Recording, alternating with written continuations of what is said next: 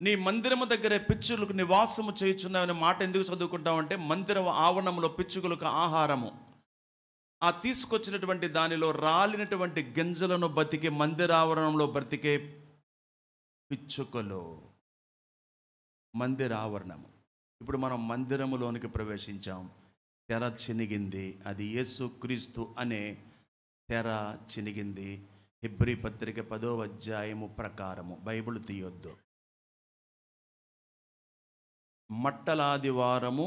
ఎందుకంటే యేసుక్రీస్తు 32.5 సంవత్సరములు ఈ లోకములో ఆయన బ్రతికినప్పుడు ఏనాడు కూడా తనకిష్టమైనట్టు తాను బ్రతకలేదు. దేవుణ్ణి సంతోషపెట్టారు. లేఖనములు నెరవేర్పు కొరకు నేను వచ్చానని చెప్పారు. ధర్మశాస్త్రములో ఉన్న దాన్ని నేను కొట్టివేయడానికి రాలేదు, కానీ దాన్ని నెరవేర్చడానికి వచ్చానని చెప్పారు. ఇశ్రాయేలు ప్రజలను ఐగుప్తి బానిసత్వములోంచి విడిపించిన సందర్భాన్ని జ్ఞాపకం చేసుకుంటూ దేవుణ్ణి స్తుతించడానికి మందిరములోనికి చుట్టుపక్కల గ్రామములు గాడిదల మీద, గుర్రాల మీద నడుచుకుంటూ ప్రయాణము చేసి యెరూషలేమునికి వచ్చే ఆనవాయితీ. ఆయన 11 సార్లు యెరూషలేము సందర్శించాడు, కానీ ఇది లాస్ట్ టైం. ఇక ఈ లాస్ట్ టైం, ఆఖరి ప్రవేశము ప్రత్యేకముగా మనం చూస్తున్నాం. ప్రత్యేకముగా మనకు బైబిల్లో చూస్తున్నాం. ప్రత్యేకంగా చూడటం అంటే మట్ల కట్టి ఊరేగింపులు చేసి అడావుడి గందరగోళం చేసి ఆ చూపు కాదు నేను చెప్పింది. బైబిల్లో ప్రత్యేకంగా చూస్తున్నాం. మత్తయి కానీ, మార్కు కానీ, లూకా కానీ, యోహాను కానీ ఈ యొక్క సందర్భాన్ని ఆయన జ్ఞాపకం చేస్తూ ఉన్నాడు. 7 రోజుల ముందు, 6 రోజుల ముందు, 7 రోజుల ముందు కదా ఆయన ఎవరింటికి వెళ్ళాడు? మరియా. 3వ దినమున తిరిగి లేపినటువంటి లాజరు ఇంటిలోనికి వెళ్ళారు. అక్కడ విందులో పాలు పంపులు పొందాడు. ఆయనకు అభిషేకము అక్కడ జరిగింది. ఆ తరువాత ఆయన ముందుగానే లేఖనములో చెప్పబడినట్లు, అంటే ప్రవచన వాక్యము నెరవేర్పు ఇక్కడ జరుగుతుంది. ప్రవచన వాక్యం జకర్యా 9:9 చదవండి. ప్రవచన వాక్యం చదివి నెరవేర్పు కలిగినటువంటి లూకా సువార్త 19వ అధ్యాయము తర్వాత మనం చదువుదాం. 9:9 కూర్చోండి, చదవండి. 9:9 సియోను నివాసులారా బహుగా సంతోషించుడి. యెరూషలేములో కాపురం ఉంటున్నటువంటి యూదా ప్రజలారా ఉల్లాసముగా ఉండుడి. మీరు ఉల్లాసం, ఎందుకంటే అంతకుముందు మీకు ఉల్లాసం లేదు, అంతకుముందు మీకు ఆనందం లేదు, కాబట్టి మీరు ఆనందంగా ఉండండి. మీ రాజు ఇప్పుడు నీతిపరుడుగా ఆయన గాడిద ప్రభువును ఎక్కి వస్తున్నాడు. నీ రాజు నీతిపరుడు రక్షణ గలవాడునై ఉండి దీనుడనై ఉండి గాడిద పిల్లను ఎక్కి నీ యొద్దకు వస్తున్నాడు. ఎవరొద్దకు వస్తున్నాడు? నీ యొద్దకు వస్తున్నాడు. మునుపు రాలేదా అంటే, మునుపు వచ్చింది వేరు, ఇప్పుడు వచ్చింది వేరు. ఈ రాక సపరేట్. ఈ రాకడ లేఖనం నెరవేర్పు.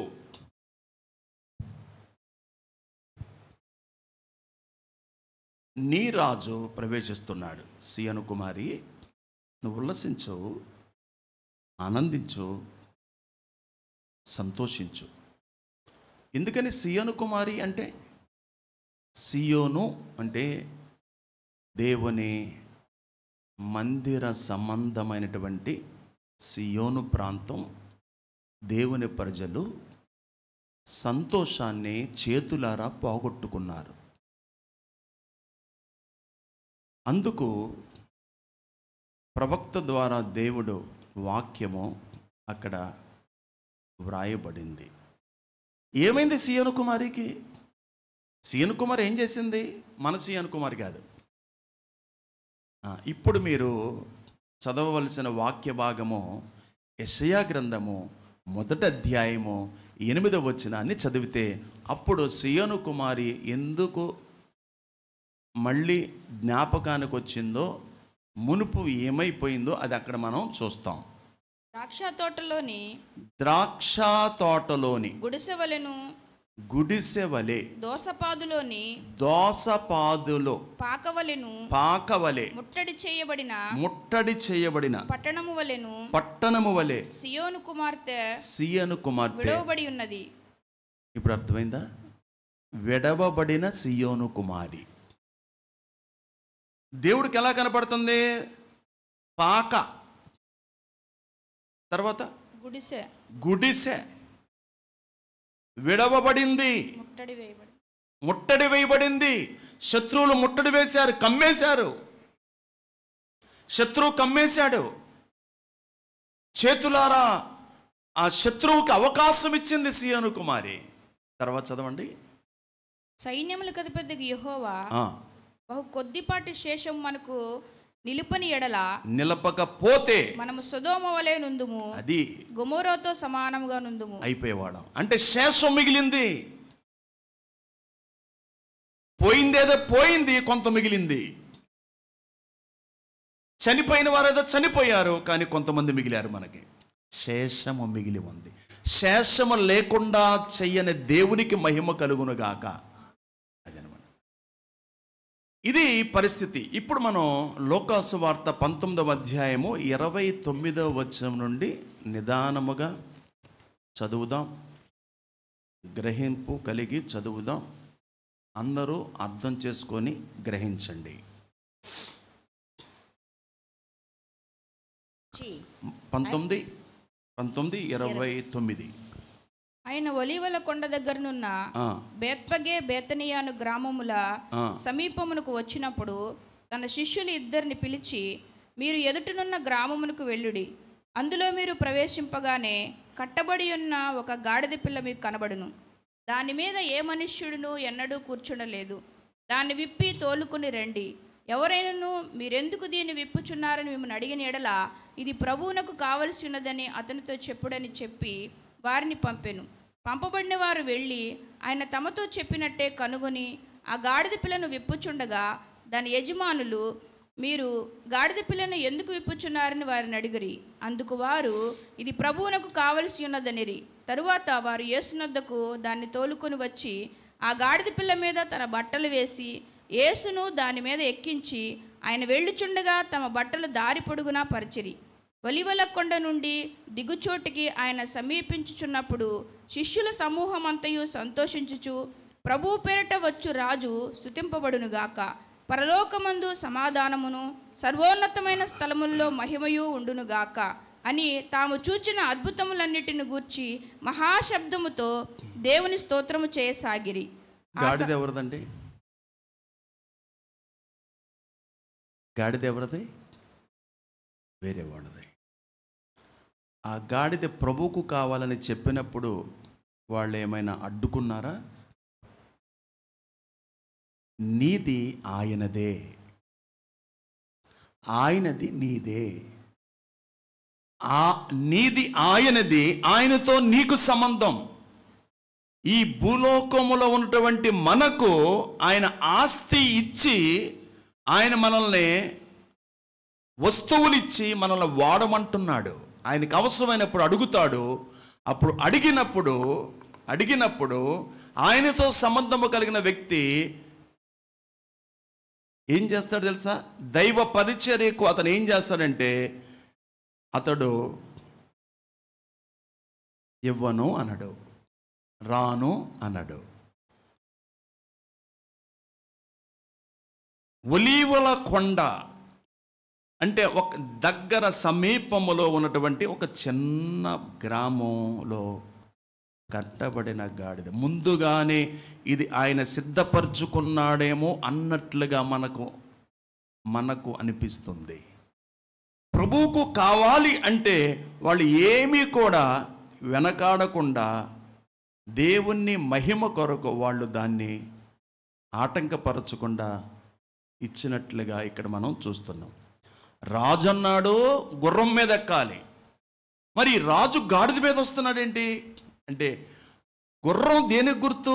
గర్వానికి గుర్తు. గుర్రం దేనికి గుర్తు? రాజు ఎక్కొస్తాడు. గాడిద ఎవరు ఎక్కొస్తారు? గాడిద బరువులు మోసేది, భారవాహిక కలిగినటువంటి జంతువు. తన్ను తాను తగ్గించుకున్న రాజు, దీనుడు, దీనత్వమును ధరించుకున్న రాజు. నీ రాజు సాత్వికుడు. దీనత్వం హీనత్వం కాదు, దీనత్వం దైవత్వముగా భావించిన ప్రజలు ఆ వాక్యము నెరవేర్పు ఇక్కడ స్పష్టంగా వాళ్ళు జరిగిస్తున్నారు. ఒలీవల కొండ దగ్గరకు, సమీపములో ఉన్న దగ్గరకు వచ్చి ఆయన తన ప్రయాణమును ప్రారంభించినప్పుడు లేఖనము, ప్రవచన వాక్యము ఏదైతే చెప్పబడిందో అది కొంతమంది నీతిమంతులు, విశ్వాసులు గ్రహించి రైట్ టైం ఇది అని గ్రహించి, మునుపు మట్టలు, ఖర్జూర మట్టలు నరకని వాళ్ళు ఇప్పుడు నరికారు. వస్త్రములు పరిచి, ఏంటి ప్రభువా గాడిద మీద వస్తున్నావు, నువ్వేంటి, నువ్వు దేవుని కుమారుడువయ్యా, గుర్రాలు ఒక 100 వెనకాల తీసుకురాగలం మేము అనేవారు అనలేదు. ఆయన బయలుదేరి వస్తూ ఉండగా వాళ్ళందరూ కూడా క్రమముగా లైన్లో ఆయన్ని స్తుతించారు. హోసన్నా జయము, హోసన్నా జయము, నీకే మహిమ. తన ప్రజల ద్వారా మహిమ పొందుతూ యెరూషలేములోనికి ప్రవేశిస్తున్నాడు. మరలా అదే ఒలీవ కొండ మీద అడుగు పెట్టబోతున్నాడు. పస్కా బలి పశువుగా తన్ను తాను అప్పగించుకోవడానికి ఒలీవ కొండ దగ్గర తన యాత్ర ప్రారంభించిన యేసుక్రీస్తు అదే ఒలీవ కొండ మీద రేపు అడుగు పెట్టినప్పుడు అదే ఒలీవ కొండ 2 భాగాలుగా చీలపోతుంది. అది జరగలేదు, జరగబోతుంది. ఒలీవల కొండ, ఆ ఒలీవ కొండ 2గా చీలినప్పుడు మధ్యలో ఏర్పడుతుంది లోయ. దాన్ని యెహోషాపాతు లోయ అని ప్రకటన గ్రంథంలో మనం చదువుకుంటున్నాం. అదంతా తర్వాత 2వ రాకడకు సంబంధించినటువంటి సందర్భం. అరిమిగెద్దోను యుద్ధము ఆ లోయలోనే జరుగుతుంది, జరగబోతుంది అరిమిగెద్దోను యుద్ధం.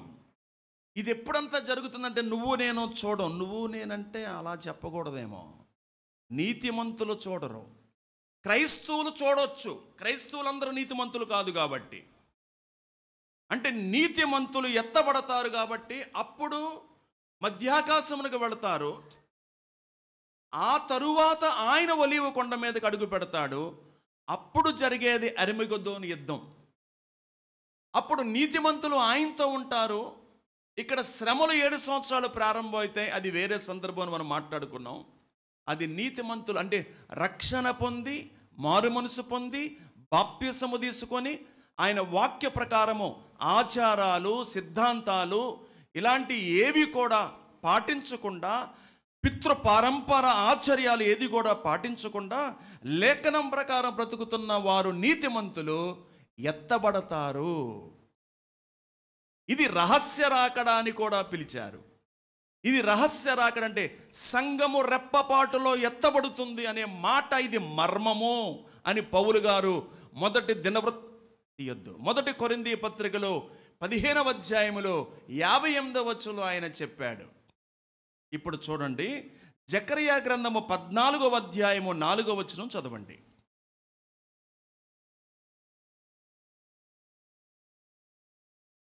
జకర్యా గ్రంథం 14వ అధ్యాయము 4వ వచనం. ఆ దినమున యెరూషలేము ఎదుట తూర్పు తట్టునున్న ఒలీవ కొండ మీద ఆయన పాదము ఉంచగా ఒలీవ కొండ తూర్పు తట్టుకు పడమటి తట్టునకును. అంటే మీరు ఊహించండి, తూర్పు ఎటు ఉంది, ఇటు ఉంది. పడమర ఎటు ఉంది, కొంతమందికి దిక్కులు కూడా తెలియదు. తూర్పు ఎటు ఉంది, ఇటు ఉంది. పడమర ఎటు ఉంది, ఆపోజిట్. ఎంత లోయ యుద్ధం జరగడం అంటే, అరిమిగెద్దోను యుద్ధం జరగడం అంటే, యెహోషాపాతు లోయ అంటే అపవాదికి యేసుక్రీస్తుకు యుద్ధం. ఇప్పుడు ఆల్రెడీ మనం కూడా యుద్ధం చేస్తున్నాం అపవాదితో. పొద్దున్న లేచిన కాడి నుంచి మన తలంపులు, మన ఊహలు, మన ఆలోచనలు ఇవన్నిటితో మనం యుద్ధం చేస్తున్నాం. యుద్ధం, ఫైట్ వాడితో. వాడు అలా చేయమంటాడు, నువ్వు నో అంటావు. చర్చికి వెళ్ళిపోమాకే వాళ్ళ ఆదివారం అంటాడు. చేపల దగ్గరికి వెళ్ళి అంటాడు, అక్కడ చేపించేవాళ్ళు లేట్ చేస్తాడు. 9 గంటలకు వెళ్ళి రామవరపాడు అంటాడు. ఆడికి వెళ్ళేపాటికి మరి బాగోదండి, ఇరుగ్గులా ఉంటుంది అక్కడ, అయినా సెకండ్ మెసేజ్కి ఎవరు రారు అనుకుంటాడు. ఇది ఒకటి వెనక్కి లాగుతాడు. గుణదలు వెళ్ళి అంటాడు, అబ్బా గుణదల్లో అసలు వేడిగా ఉంది, ఏసీ లేదు, అక్కడ చాలా దూరం, వంతెన దగ్గర రైలు ట్యాంక్ పడిపోద్ది అంటాడు. ఈ లోపు ఇంట్లో సప్పగా పడుకుంటాడు. ఇలాంటి యుద్ధాలు, ఆటంకాలను అధిగమించే నీతిమంతుడు హోసన్నా అని చెప్పకుండా ఒలీవ కొండ దగ్గర సమీపంలో ఉన్న బెత్పేగా దగ్గరకు వచ్చి గాడిద మీద ఎక్కి యెరూషలేమునకు జయప్రవేశమై వెళ్ళాడో, అదే ఒలీవ కొండ మీదకు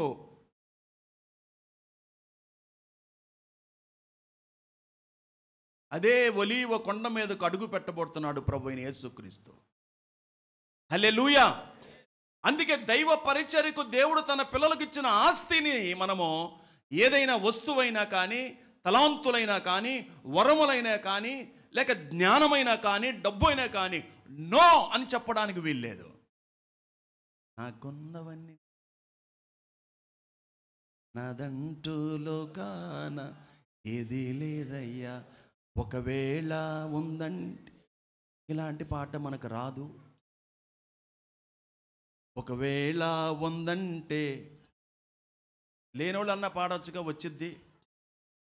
నీదే నీదే బ్రతుకంతా నీదే, నీదే నీదే బ్రతుకంతా నీదే.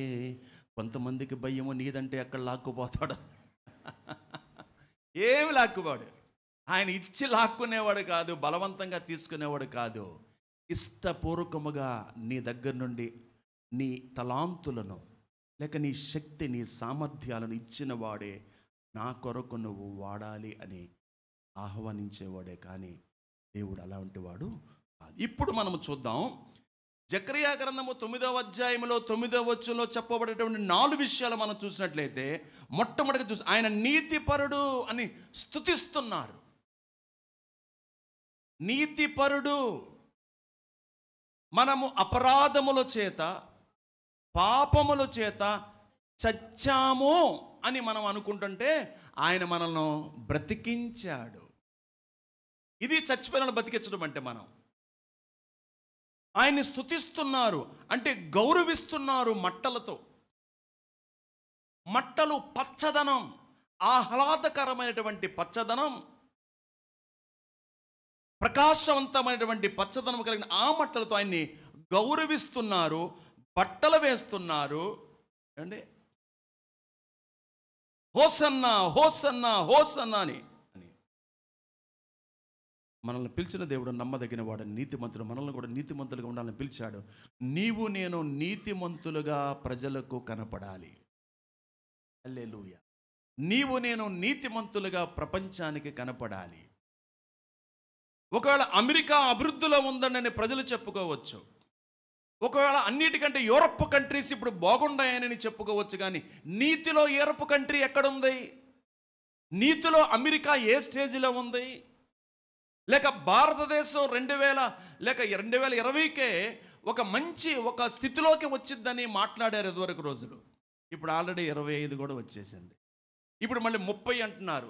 అంటే నీతిలో ఏ పొజిషన్లో ఉంది భారతదేశం? అంటే మనం నీతిమంతులుగా మనము ఈ భారతదేశంలో లేక మన గ్రామములో మనము ఈ నీతి రాజుని అంగీకరించిన మనము ఆ విధంగా కనిపించడం ద్వారా ఆయనకి మహిమ కలుగుతుంది. రెండవ మాట చూస్తే ఆయన రక్షణ గలవాడు. ఆయన ఏం చేశాడు? తర్వాత ఎక్కడికి వచ్చాడు? మందిరంలోకి వచ్చాడు. మందిరంలోకి వచ్చాడు ఆయన. అందరూ చెప్పండి, నీతిపరుడు. మనం కూడా నీతిమంతులుగా కనపడాలని ఆయన ప్రతిష్ఠించుకున్నాడు. ఇది అనొద్దులే మీరు. 2, రక్షణ గలవాడు. రక్షణ గలవాడు కాబట్టి మందిరంలోకి వచ్చి అక్కడ వ్యాపారాలు చేస్తున్నారు. ఏమేమి వ్యాపారం? ఒక్కొక్క వ్యాపారం గుర్తు చేయండి. గొవ్వలు అంటే పావురాలు అమ్ముతున్నారు. రోకళ్ళు మారుస్తున్నారు. రోకలు మార్చడం అంటే నర్సపూర్లో బియ్యం ఇస్తే రొయ్యలు ఇస్తారు. రోకలు మార్చడం అంటే మన రూపాయి ఇస్తే మనకి డాలర్లు ఇస్తారు. అలా ఆ విధంగా అనమాట. రోకళ్ళ మార్పిడి చేస్తున్నారు. రోకళ్ళు అమ్ముతున్నారు. ఇంకేం అమ్ముతున్నారు అమ్మా? గొర్రెలు, జంతువులు అమ్ముతున్నారు. ఆయన నీతిమంతుడైన వాడు, రక్షణ గలవాడు మందిరం దగ్గరకు వచ్చినప్పుడు అక్కడ ప్రార్థన జరగాల్సింది ప్రార్థన జరగట్లేదు. అది ఆయన కోపం వచ్చింది. నా మందిరం ఏంటి? నా మందిరం ప్రార్థనా మందిరం. కానీ దాన్ని మీరు ఏం చేశారు? దొంగల గుహగా చేశారు, దొంగల నివాసముగా చేశారు. మందిరాన్ని అడ్డం పెట్టుకొని మీరు వ్యాపారం చేస్తున్నారు. రాజుకి కోపం వచ్చింది. అంతకు మునుపు ఎప్పుడైనా ఇంత కోపం వచ్చినట్టు మీరు ఏ సందర్భంలో చూసారా? ఇంత కోపం వచ్చినట్టు ఒక్కసారే. రాజుకు కోపం వచ్చిందంటే కర్ర పట్టుకుంటాడు. రాజుకు కోపం రానంత వరకే మన వేషాలు. రాజు శర్ణాకోల పట్టుకున్నాడంటే ఆపడక మళ్ళీ మొత్తం వాళ్ళని ఏం చేశాడు? అక్కడి నుంచి తోలి వేసేసాడు. ఇక్కడ ఒక మాట చెప్పమంటారా? తన మందిరాన్ని కాపాడుకున్నాడు, తన మందిరాన్ని రక్షించుకున్నాడు. ఈరోజు నీవే ఆయన మందిరం. మీకు అర్థమైందా? తన మందిరాన్ని ఆయన రక్షించుకున్నాడు, తన మందిరాన్ని కాపాడుకున్నాడు. ఈ రోజున మీరే ఆయన మందిరం. ఈ మందిరం కోసం ఆయన ప్రాణం పెట్టాడా? ఈ మందిరం కోసం ప్రాణం పెట్టాడా? ఈ మందిరం కోసం ఆయన రాబోతున్నాడా? ఈ మందిరం కోసం రాబోతున్నాడా? మీరు మీ సొత్తు కాదు, విలువ పెట్టి కొనబడిన వారు. మీ దేహమే దేవుని ఆలయం. గుడి గోడలలో లేడు దేవుడు. చెప్పరే, అప్పుడప్పుడన్నా సంవత్సరానికి ఒకసారన్నా చెప్పొచ్చు కదా. గుడిలో ఉన్నాడు. గుడి అంటే ఏది? చెప్పాడు, ఇక్కడ చెప్తున్నాడు. మూడోది మనం గమనించినట్లయితే దీనుడు అనండి అందరూ. దీనుడు. అందుకింద చెప్పాను, దీనత్వం కలిగి ఉంటే అవమానం కాదు, తగ్గించుకోవటం అవమానం కాదు. దీనత్వం హీనత్వం కాదు. దీనత్వం దైవత్వం. అది నాలో నీలో చూడగలిగినప్పుడు ఆ దైవత్వాన్ని అనేక మందిని మనం ప్రభు కొరకు సంపాదించుకోవచ్చు. అంటే కృతజ్ఞతా హస్తాలతో ఈ దీనుణ్ణి మనము స్తుతించాలి. ఈ రాజు నీతిపరుడు. 2, ఈ రాజు రక్షణ గలవాడు, తన మందిరాన్ని కాపాడుకున్నాడు. మన మందిరాన్ని మనం కాపాడుకుంటూ ఉండాలి. ఈ రాజు దీనుడు. స్తోత్రము చెప్పాలి. హల్లెలూయా. ఇప్పుడు కాదు స్తోత్రం అంటే. ఇంటికాడ స్తోత్రం, పనిచేసే చోట స్తోత్రం, ఆటోనగర్లో స్తోత్రం, రామాల వీధిలో స్తోత్రం. అన్ని సందర్భాల్లో స్తోత్రంగా బతకాలి అని అర్థము. ఇప్పుడు మనము లోకాసు వార్త 19వ అధ్యాయంలోనికి వచ్చేసి ముగించేసుకోవచ్చు. ఇందాకడ 38 వరకు చదివారమ్మా మీరు. 39 చదవండి అమ్మా. కొందరు పరిసయ్యులు బోధకుడా నీ శిష్యులను గద్దింపుమని నీ శిష్యులు అంటున్నారు. ఈ పరిసయ్యుల గురించి మీకు తెలుసా? సద్దూకాయల గురించి తెలుసా? తెలుసు. భాగ్యలక్ష్మి తలూపా చెప్పు. ఏంటి పరిసయ్యులు? మరి ఎందుకు తలూపా? చంద్రకోణం పట్టుకుంటారు. పరిసయ్యుల గురించి తెలుసా ఎవరికైనా? Anybody please. అమ్మా మత సద్దూకాయలు. అయితే నేను చెప్పొచ్చుగా, మీకు చెప్పమంటారా? మీ అందరిలో యెరూషలేముకి ఎవరు వెళ్ళారు చెప్పండి. నెక్స్ట్ ఉమేశ్వర్ గారు అండ్ టీమ్ జూలైలో వెళ్ళబోతున్నారు. దేవుని స్తోత్రం. పాస్పోర్ట్లో వాళ్ళు పెట్టుకోండి. చూడండి, సద్దూకాయలు బ్లాక్ డ్రెస్ చేసుకుంటారు. వాళ్ళతో ఫోటో దిగి నేను చర్చి వరండాలో పెట్టాను కదా, అది చూడండి. పరిసయ్యులు వైట్ డ్రెస్ చేసుకుంటారు. పరిసయ్యులు అంటే మిడిల్ ఫ్యామిలీస్, అంటే ఎక్కువ జనసాంద్రత కలిగిన వారు పరిసయ్యులు, మిడిల్ ఫ్యామిలీస్. సద్దూకాయలు చిన్న గుంపు అయినప్పటికీ, అంటే అగ్రవర్ణం లాంటి అనుకోవచ్చు. చిన్న గుంపు అయినప్పటికీ కూడా వాళ్ళు సమాజ మందిరంలో పొజిషన్ కోరుకునేవాళ్ళు. గర్విష్ఠులు. హోదా కలిగిన వారు, ధనికులు. వీళ్ళొచ్చి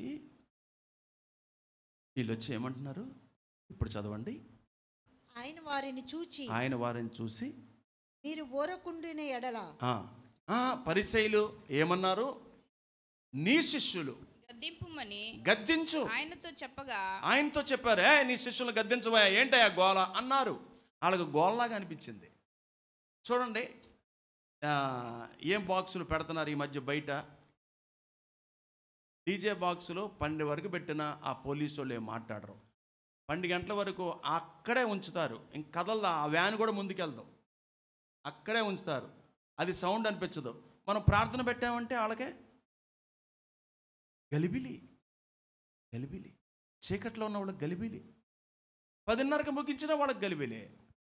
నేను అందుకే అందరికీ 9:30కి ముగించమని చెబుతున్నాను. నేను నచ్చట్లే ఎవరికి, అంటే మా పీరన్ సేవకులు నచ్చట్లేదు. గలిబిలి. వీళ్ళు ఏమంటారు? నీ శిష్యులను గద్దించు. ఎందుకు గద్దించాలి? చెప్పండి. కేకలేస్తున్నారు. ఏమని కేకలేస్తున్నారు? మహింపరుస్తున్నారు, దేవుణ్ణి మహింపరుస్తున్నారు. ఓసన్నా అని మరుస్తున్నారు. అప్పుడు ఆయన ఏమన్నాడు? ఆయన వారిని చూచి మీరు ఊరకుండిన ఎడల ఈ రాళ్ళు కేకలు వేయునని మీతో చెప్పుచున్నాను. నేను రాళ్ళు కేకలేస్తే ఎలా ఉంటది? ఒక రోజున తీర్పు దినాన దూలము మాట్లాడుతుందని, ఒక తీర్పు దినాన దుమ్ము మాట్లాడుతుందని, ఆకాశం, నేను చెప్పే మాటలు కాదు, యెషయా గ్రంథంలో ఉన్నది. ఆకాశం ఆలకించము, భూమి చెవి ఎగ్గము, నేను పిల్లలు పెంచాను, పెద్ద చేశాను. గాడిది తన సొంత వాణ్ణి దొడ్డు తెలుసు. గాడిది దానికి ముందేదో ఎద్దు తన కామందు నెరుగును. గాడిద సొంత వాణ్ణి దొడ్డు తెలుసు, కానీ నా ప్రజలకు తెలివి లేదు. ఇశ్రాయేలుకి నా జనులు యోచించట్లేదు. పాపిష్టి జనం, దోషభరితమైన జనులారా, దుష్ట సంతానమా, శ్రమ. యెహోవాను విసర్జించి ఉన్నారు. ఇదండి బాధ. ఆయన బాధ. దేవుడు లేకుండా ఏ మందిరం దేవుణ్ణి మహిమపరచకుండా, దేవుణ్ణి ఆరాధించకుండా మనము ఫోకస్ అవ్వకూడదు. సేవకుడు ఆరాధింపబడుతున్న వారు కొన్ని చోట్ల ఉన్నారు. సేవకుడు గణపరచబడుతున్నాడు. ఒక ఆయన అన్నాడు, ఏమండి నేను వారానికి 300 మందికి ప్రార్థన చేయాలి అన్నాడు. అంటే మీరందరూ కలిసి లైన్లో వచ్చి నుంచుంటే ఈయనందరికి ప్రార్థన చేస్తాడు. మరి వాళ్ళు ఎప్పుడు చేసుకుంటారు? ఆనవాయితీ, ఆచారం. ఆదివారమే వస్తారు కాబట్టి అయ్యగారు చెయ్యాలి తల మీద చెయ్యేస్తే ఈయనక సోమవారం నుంచి శనివారం ఎన్ని ఆశాలను వేసుకోవచ్చు. మళ్ళీ ఆదివారం వచ్చి అయ్యగారు చెయ్యేస్తే జాలిక. ఎక్కడ సాధ్యం ఇది? ఆరాధన అయిన తర్వాత ప్రార్థన చేయించుకోవడానికి ముందుకు ఎవరు రావాలి? ఎవరు వస్తారు? దశంభాగం ఇచ్చి మేము ప్రార్థన చేయించుకోవాలనుకుంటున్నామండి, వస్తామండి అంటారు. లేకపోతే పలానా సమస్య అండి అంటారు, పలానా ప్రాబ్లం అండి అంటారు. ఆ సమస్య చెప్పడానికి క్రిటికల్ పొజిషన్ అయితే, లేక కొత్త వారైతే, లేక సరిగ్గా ఇంకా మారుమనసు పొందిన వారు అంటే అలాంటి వారు వచ్చి ప్రార్థన చేయించుకుంటారు. విశ్వాసకెందుకు? నీతిమంతుడికి ఎందుకు? అంతమందికి చేస్తే ఈయనేమైపోతాడు సాయంత్రం? ఆలోచించాలి. ఈ తెర, శరీరం అనే తెర ఎందుకు చినిగింది అంటే నువ్వు డైరెక్ట్ అయిపోయావు దేవుడికి. ఆయన మన ప్రధాన యాజకుడు, ఆయనతో నువ్వు మాట్లాడచ్చు. నీకు మధ్యలో ఎవడు కూడా అడ్డుకోవడానికి వీల్లేదు కదా. ఈ మాట అర్థమైందా మీకు? డైరెక్ట్గా మీరు దేవుడితో మాట్లాడచ్చా, లేదా నేను మధ్యవర్తిన? డైరెక్ట్ ఆయనతో మీరు టచ్గా ఉండొచ్చు, మాట్లాడచ్చు. అందుకే మీకు చదివితే శరీరము అను తెర, దీన్ని క్యాచ్ చేయాలి మీరు.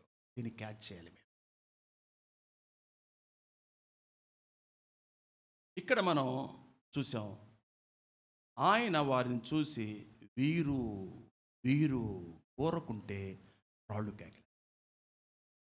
ఇప్పుడు బైబిల్ మూసాను చెప్తాను. మూసాను, తలల పైకి ఎత్తండి, నా వైపు చూడండి. స్థానిక సంఘం అంటే ఇది. సార్వత్రిక సంఘాలంటే ప్రపంచములో ఉన్న తోటి సార్వత్రిక సంఘాలు. స్థానిక సంఘము అంటే ఇది. ఈ స్థానిక సంఘము కేకలయ్యాలంటే అర్థం ఏంటంటే అరిసి మైక్ సౌండ్ ఎక్కువ పెట్టి చుట్టుపక్కల వాళ్ళు ఊరు వదిలిపెట్టి వెళ్ళిపోవాలని కాదు. కొన్ని చోట్లకి నేను వెళితే అక్కడ ఉండడానికి కూడా చాలా కష్టం. అది కాదు ఆయన చెప్పే సందర్భం. మీరు మీ కేక దేవుడికి మహిమ కలగాలి. మీ అరుపు, మీ మాట, మీ నడక, మీ చూపు, నా చూపు, మన ప్రవర్తన, ఇవన్నిటిని బట్టి దేవుడికి మహిమ పైకి వెళ్ళాలి. అన్య ప్రజల మధ్య వివాహాల్లో దేవుడికి ప్రాధాన్యత ఇవ్వాలి. గృహప్రవేశాల్లో దేవుడికి ప్రాధాన్యత ఇవ్వాలి. అన్ని కార్యక్రమంలో దేవుడు కనిపించాలి. అదే కేకంటే, అదే అరుపంటే. ప్రార్థనతో ఈ దాగిన మనసులో ప్రార్థన, భోజనం చేసిన ప్రార్థన, కృతజ్ఞతలు. మీరు భోజనం చేసేటప్పుడు ఏం ప్రార్థన చేస్తారు? కొంతమంది ఏమో ఇలా ప్రార్థన చేశారు, నా ప్రభా నువ్వు నాకు మంచి ఆహారం ఇచ్చావు, ఈరోజు మంచి భోజనం ఇచ్చావు, నీకు స్తోత్రం, నాకు ఆత్రం అని తినేసాడు ఒకడు. అది వదిలిపెట్టేద్దాం. ఏం చేయాలంటే, ప్రభా నువ్వు మాకు ఆహారం ఇచ్చావు, లేని వారు కూడా చాలామంది ప్లాట్ఫామ్ మీద ఉన్నారు, అంగవైకల్యం కలిగిన వారు కూడా అనుగ్రహించు ప్రభు అని. నేనేం చేస్తానంటే, ప్రభా ఆదివారం ఈరోజు ఆరాధన అయ్యా, మా విజయవాడ నగరంలో ఉన్న సేవకులు చర్చిలన్నీ కూడా ఆరాధన చక్కగా జరిగించాయని ప్రార్థన చేస్తాను. అయ్యా మా సంఘమే నిండిపోవాలయ్యా, మా సంఘంలోనే వద్ద ఉద్యోగం రావాలి, అందరూ ఎక్కిరిసిపోవాలి. నేను ఎప్పుడు చేయను. ఎవరు రావాలో వాళ్ళు వస్తారు, ఎవరు ఇక్కడ బోధిష్టమైతే వాళ్ళు వస్తారు. కానీ దేవుడికి మహిమ కలిగినట్లుగా మనం ప్రార్థన చేయాలి. సార్వత్రిక సంఘాల కోసం ప్రార్థన చేయాలి. చెప్పండి, స్థానిక, ఆ విధముగా మనం దేవునికి స్తోత్రములు చెప్దాం. హల్లెలూయా. బ్రదర్స్ నిలబడండి. వాక్యం దీవించునుగా.